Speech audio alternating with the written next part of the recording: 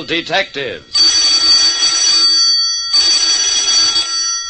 Most treasure hunts are paper chases, but I once went on a hunt with a real treasure at its end. That is the situation on this page from my casebook, the casebook of Jerry Browning, private detective. A private detective like me, Jerry Browning, doesn't have to look for trouble. But once I actually accepted an invitation to danger. It came in the morning mail. There was no signature below the stiff, formal printing, and ordinarily I'd have handled it like any anonymous letter, flung it in the wastebasket. But this invitation was different. It was written in rhyme and started off, "Calling all detectives and literary sleuths. You are hereby invited to demonstrate that truths are stranger than fiction."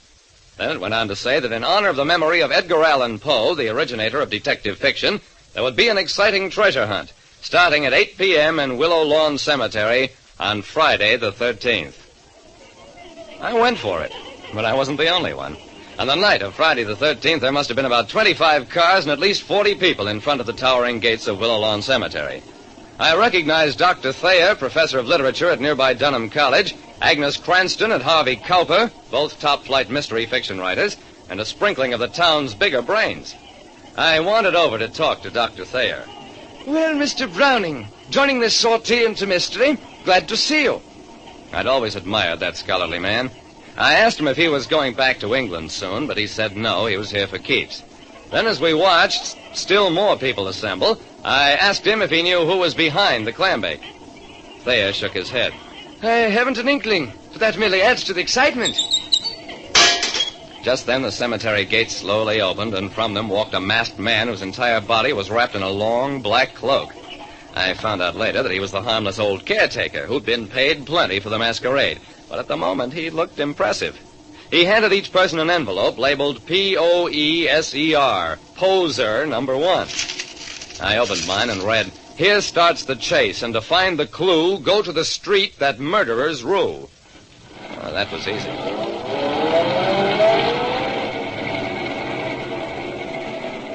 The reference was, of course, to Poe's story, The Murders in the Rue Morgue. And naturally, everyone headed for Wheeler Street, where the city morgue is located. It was a good try, but not good enough. I got there along with the rest of the pack, but what we found was absolutely nothing. If I intended to find that treasure, what I needed was a hot new lead on an ice-cold trail. When I accepted a clever, rhymed invitation to a treasure hunt, I found out that it was going to be a difficult chase. A new idea suddenly struck several of the crowd. There was another kind of morgue in town, in the newspaper offices of the Daily Clarion. The morning edition was coming off the presses, and add to that the thunder of our feet tramping upstairs. You can imagine that morgue was a plenty noisy place. The envelopes labeled Poser number 2 were stacked and waiting for us. This poser read, "Congratulations, you're on to the plan. Now seek and find the exclusive Dupin." This time, everybody seemed to go off in different directions. I headed for a phone book. There were 2 Dupins listed, Henry and J.W. I wasted no time on them. I played around with the French and English pronunciation and came up with D-O-O-P, Dupe, followed by the name Anne, a hairdresser. Her shop was on the ground floor of the Kenton Hotel. By now, the chase had narrowed to only 5 participants. Besides myself, Harvey Cowper, Dr. Thayer, and 2 people I didn't know were still in the running. I saw them all come up as I drove away with my envelope and Poser number 3. This verse read, "It keeps time, time, time with an on-the-hour chime. So look where the pit and the pendulum blend. There in the cavern you'll find treasure's end."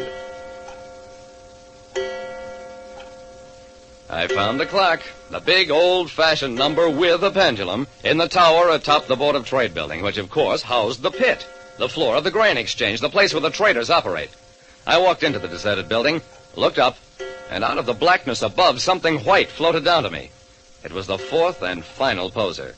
It's number 12, but not by lift when footsteps are much better.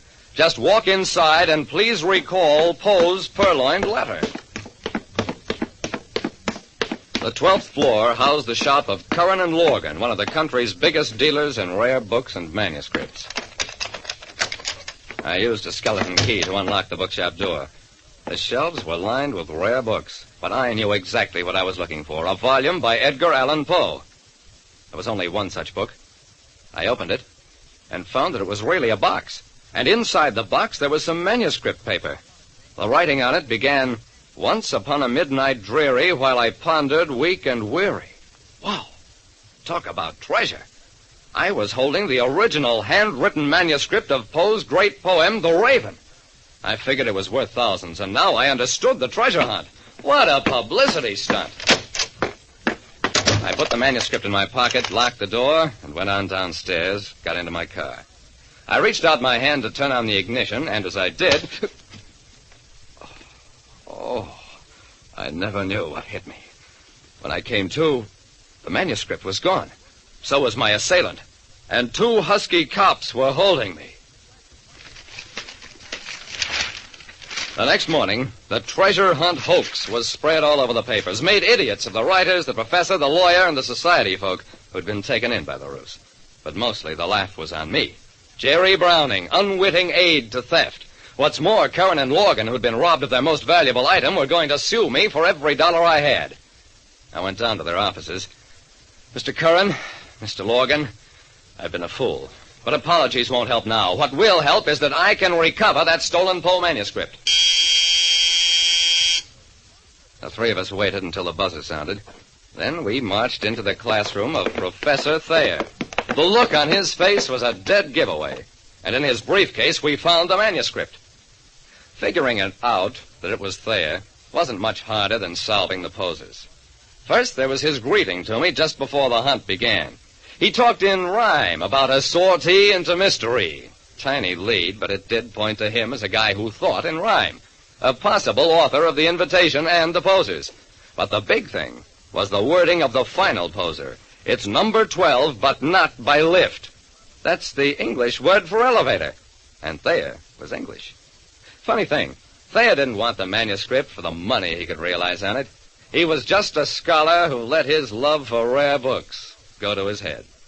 Like I said, it may sound clever to commit crime in rhyme, but remember that criminal is now doing time, which is my idea of poetic justice. Listen next time to Calling All Detectives. Mystery drama, mystery quiz, and a chance for you to match wits with yours truly, Jerry Browning, Private Detective.